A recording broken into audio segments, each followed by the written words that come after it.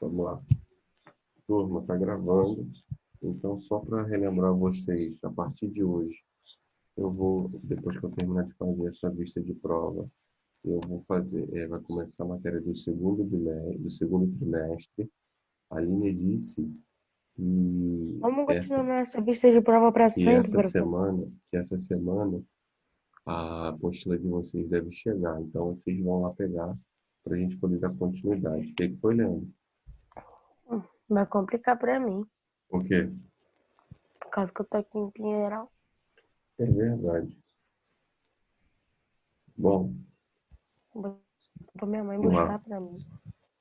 Sobre a taxa de crescimento, populacional, está perguntando o seguinte: a despeito das taxas de fecundidade apresentadas, a estabilidade demográfica projetada para vários países desenvolvidos em 2050 baseia-se em fenômenos atuais, com destaque para o quê, pessoal?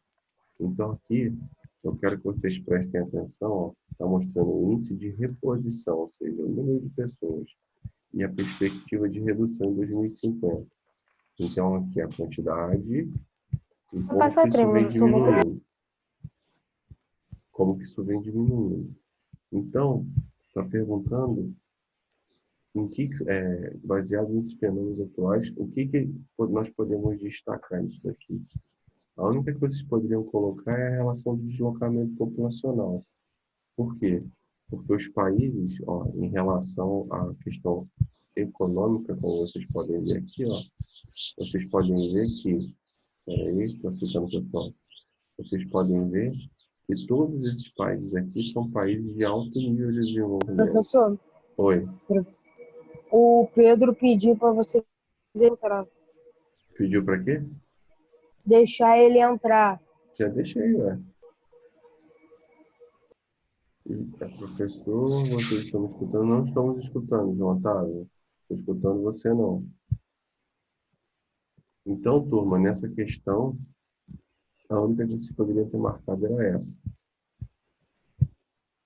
Eu não vou ficar perguntando se vocês têm alguma reclamação sobre, porque, como eu já falei no início, eu já olhei antes para poder ver qual que estava errado. Então, vamos lá. O Brasil tem recebido um elevado número de imigrantes haitianos que entram no Brasil pelo Acre e acabam chegando.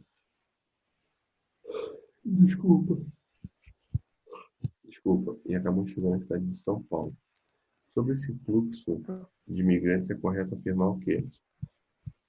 Que o crescimento econômico do Brasil é um fator favorável à entrada de um grupo de haitianos, atraídos pela possibilidade de melhores empregos e salários. Isso é verdade também, tá, gente? O Brasil, aqui na América Latina, ele é um país de alto nível de atração populacional. Tanto é verdade que o Brasil recebe pessoas da Bolívia, da Venezuela, do próprio Haiti, que vêm em busca dessa melhor qualidade de vida. Ok? Então vamos lá. Professor, Bom dia, professor. Bom dia. Fala. se você vai, vamos lá, assim, você tem intenção de trabalhar em outro país. Assim, você sai daqui para trabalhar em Portugal, mas pretende voltar para o Brasil de novo. Você vai voltar com uma assim, eu tenho tantos euros, eu vou voltar, eu vou ter tantos reais? Você tem Ou tantos euros e vai o vamos falar, quê? vamos falar assim, eu trabalhei lá Em nos Estados Portugal. Unidos e ganhei, assim, ganhei $500. Ele, isso vai ser, eu vou receber esse dinheiro no Brasil pela Não, quantidade que vale o dólar? é assim, pessoal, o pessoal faz assim, Leandro, você recebe lá, posso falar? você recebe lá em dólar. Reais. Não, Sim, você em recebe dólar. em dólar lá nos Estados Unidos. Tem Quando alguém que você, recebe em reais quando e troca você, por dólar. quando você vai ao banco, lá você pode trocar por real e mandar para o Brasil, ou você pode depositar em dólar lá também e mandar para o Brasil. Agora, o que você não pode fazer é trocar o dólar por real e ficar com o real lá, entendeu? Porque aí não adianta de nada, o pessoal só aceita o dólar lá,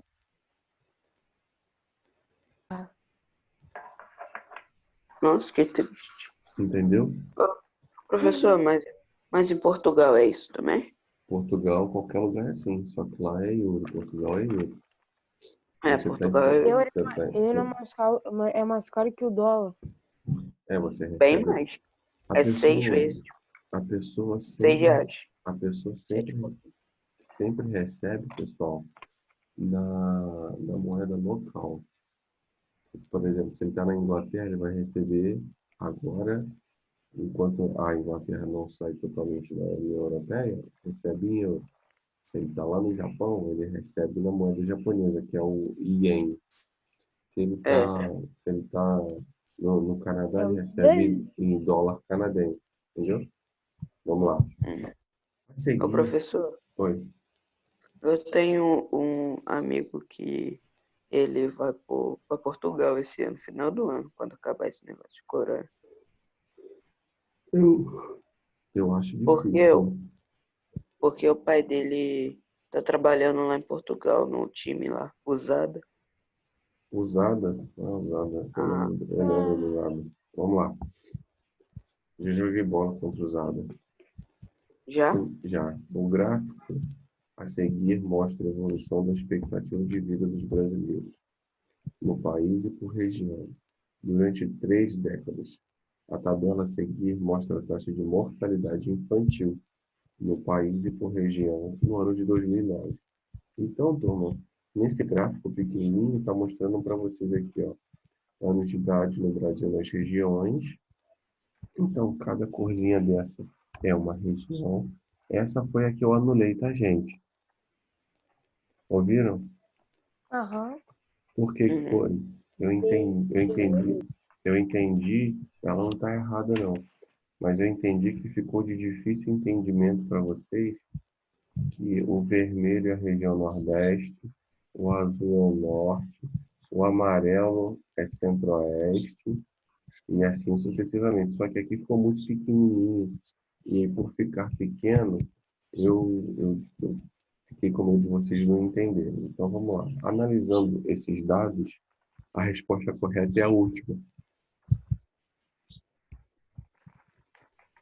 que diz o seguinte: avanços na área da saúde, da agricultura e do saneamento melhoraram a qualidade de vida, portanto, contribuem para a variação na expectativa de vida, como as apresentadas nesse gráfico.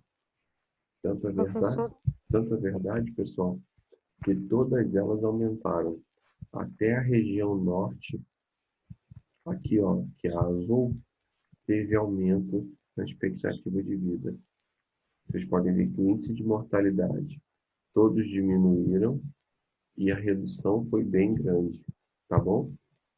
professor, Oi. é, eu tô muito ansioso com uma nota De quê? matemática. Inglês. Mas vocês não tiveram ainda, não? A gente Ah, teve, só que, tipo, só já tem que vai 3 dias vai que não sair sai. hoje às 1h21 a nota. Por quê? Eu Não não faço sei. a mínima ideia, mas Estranho. vai sair esse horário. Ô, professor, Só sei Oi. que a gente tá ferrado. eu tô preocupado com a de inglês. O professor não falou até hoje, tem 4 semanas. Não, é porque ainda não teve teste de inglês. Teve Teste sim, não, prova. aquele dever, Tô falando. Turma, aquele vamos lá. dever que Vocês estão discutindo sobre outras matérias na aula. Não dá, né? Desculpe. Vamos lá. Bom, turma, aqui vem mostrando o mapinha para vocês. Esse mapa todo deformado, né? Falando sobre o trabalho infantil. Então, esse mapa de anamorfose é para mostrar para vocês aonde acontece a maior quantidade de trabalho infantil, automaticamente os países estão maiores. Aonde o trabalho infantil não acontece, ou acontece pouco, o país está em menor tamanho, ou nem aparece. Por exemplo, a Europa aqui, ó, se vocês forem parar para ver, ela nem aparece. Vocês pararem para ver o O Canadá, Brasil nem tem aparece. No O Brasil Brasil não tem Canadá tá todos? acontece. o Canadá praticamente sumiu. Sumiu, exatamente. Por exemplo, Parece uma árvore isso o aí. Brasil está no tamanho quase que o mesmo. Vocês podem ver que a África está gigantesca, principalmente a África subsaariana. Vocês podem ver que a Índia está gigante, né? Aqui, ó, a Índia, gigantesca. Então, vamos à pergunta. E a Rússia Austrália. também, professor. A Rússia. A Rússia mais ou menos. Diminuiu até, né? Se você for ver a Austrália aqui, Nova Zelândia, deixaram de aparecer.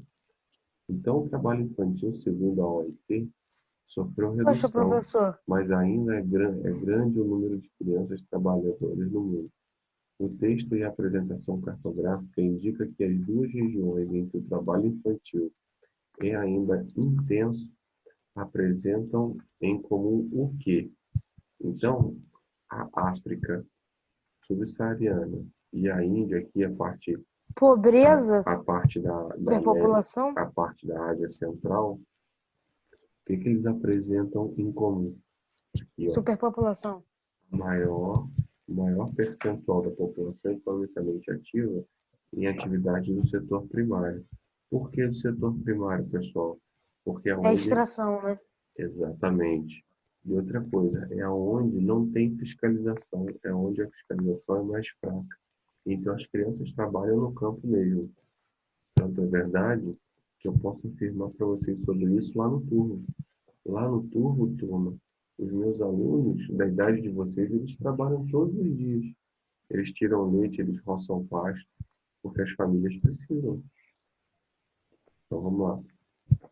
Imagina, né, o pessoal da idade de vocês, os meninos da idade de vocês, lá no turno, eles acordam em torno de 4 horas da manhã para tirar leite. É verdade. Ah, eu não ia tirar leite, não. Eu ia mamar da teta da vaca mesmo. Aí você não ia receber dinheiro. Já pensou nisso? Nossa. É, eles dependem disso. Vamos lá. Observe essa tabela sobre a atividade econômica 2010 em porcentagem, a qual mostra a distribuição populacional da população economicamente ativa. Olha aí, turma, é a matéria que a gente vai começar daqui a pouquinho. Ó. Setores primário, secundário e terciário. Aí aqui vem falando o quanto tem de arrecadação. Então, vamos lá. Os países Isso ano indicados na passado. tabela com os números, os países indicados na tabela com os números 3 e 4 apresentam respectivamente economias o quê? Então vamos lá, 3, aqui, ó, 3 e 4. Aonde tem o maior número deles? No primário ou no secundário? Primário. Se é no primário, a economia deles se baseia na indústria? Ô, professor, para mim é terciário e primário. Então, o que acontece? Os países que se baseiam no setor primário são países agroexportadores. Por quê? O setor primário está exportando produtos agrícolas e pecuários, correto? Só que isso é no número 3, aqui, ó. Só que o número 4, como o Isaías viu bem, a maior parte da economia dele se baseia no setor terciário. Se está no setor terciário, está prestando serviço. Porque o setor terciário é prestação de serviços e comércio. É o que está acontecendo com grande parte de alguns países. Então, serão países emergentes. Ô, professor. Oi.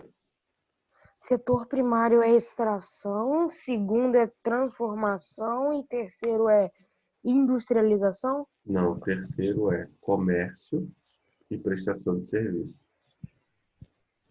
Ah. Vamos lá. Está acabando. Importantes transformações produtivas na forma da organização do trabalho têm ocorrido nas últimas décadas e em todo o mundo e também no Brasil. Sobre isso, assinale que for correto. Então, vamos lá. Em todo o mundo vem sendo observadas mudanças em relação ao assalariamento e ao desemprego, como a precarização da relação de trabalho para a desoneração da produção. e o crescimento da informalidade. Essa é a correta por quê, turma? Porque o que está acontecendo? Os empresários eles estão tendo maior poder de negociação com a mão de obra trabalhadora. Porque, por exemplo, vamos supor que o João Pedro quer trabalhar na minha indústria. Só que igual o João Pedro tem um monte. Então eu ofereço um salário menor, quem aceitar pega. Entenderam? Então por isso que está tendo esse poder maior aí na mão dos donos dessas empresas. Ah, professor, mas meu pai falou que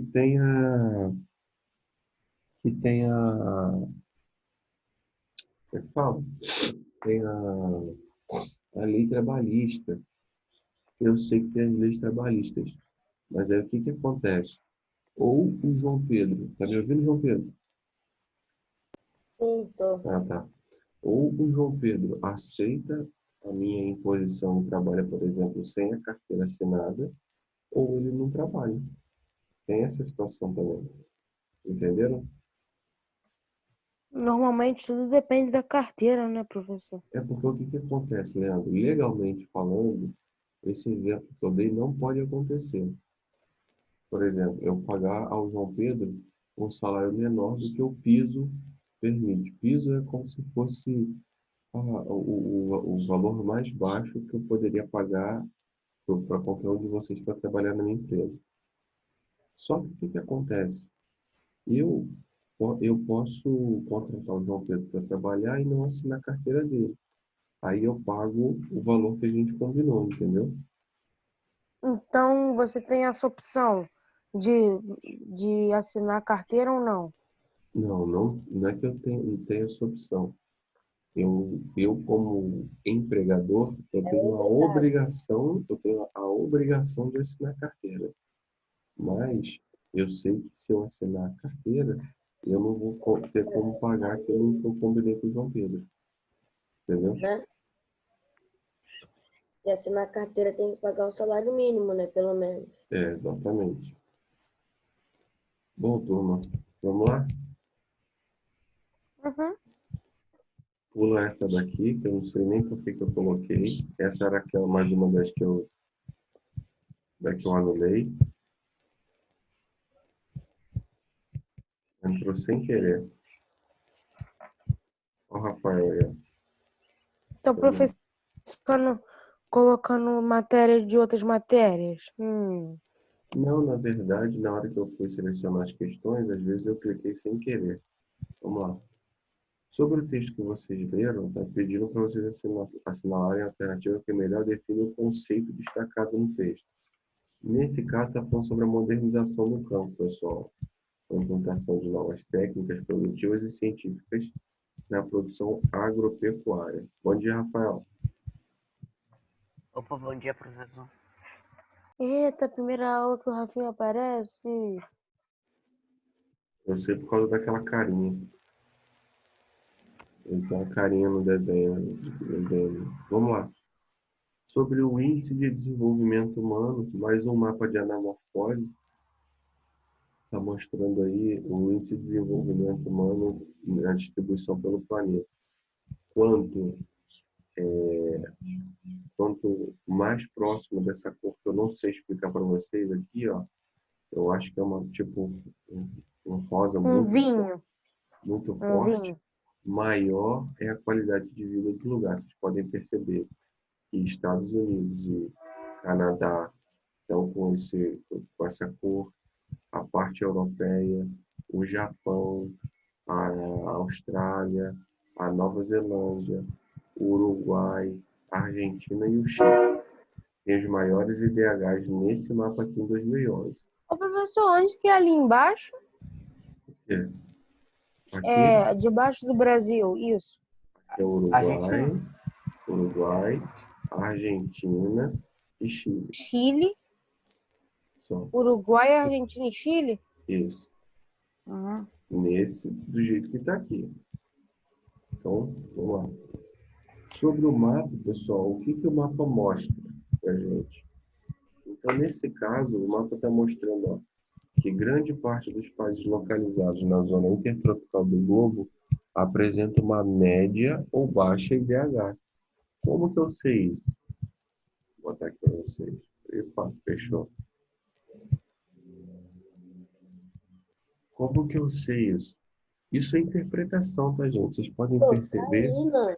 Oi? Tá ali no coisa. Então, Tá ali, tá mas na cara. quando fala de médias e baixas latitudes, significa que são os países mais próximos à linha do Equador. E é verdade, ó. A linha do Equador está passando aqui, ó. Automaticamente, os países mais pobres aqui, ó, africanos e da América do Sul, têm essa característica. Vamos falar sobre migrações. Vocês estão conseguindo me ouvir direitinho?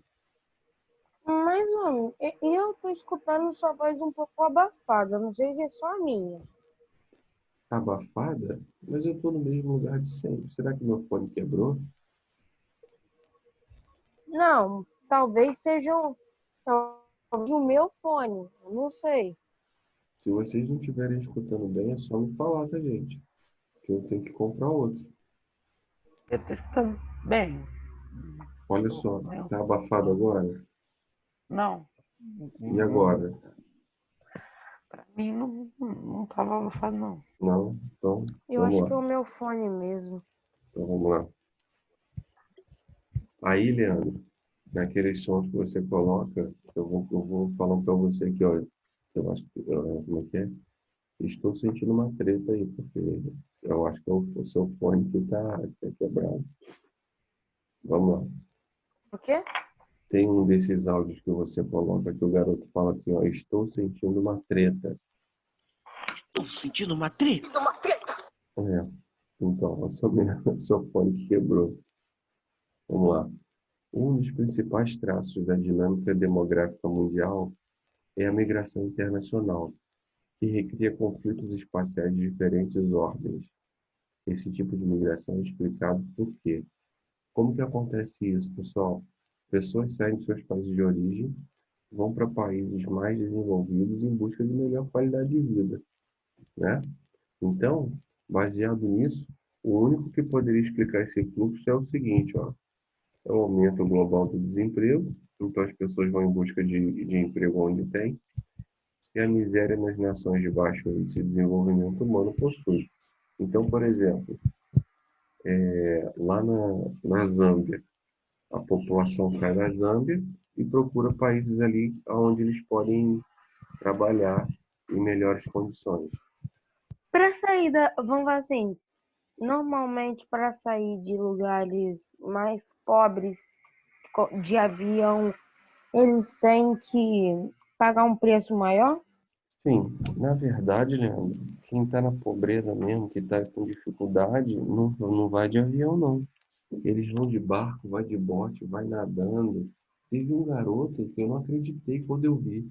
Um garoto, você sabe que um avião ele tem 3 rodas, né? Não sabe? Peraí, o que você falou? Você sabe que um avião ele tem 3 rodas, não sabe? É o trem de pouso Sim. dele. Teve um garoto que eu vi, um africano, não sei de qual país, ele sentou numa dessas rodas e aí ele viajou não sei de qual país africano, até o Brasil, em trem de pouso. Ele sobreviveu.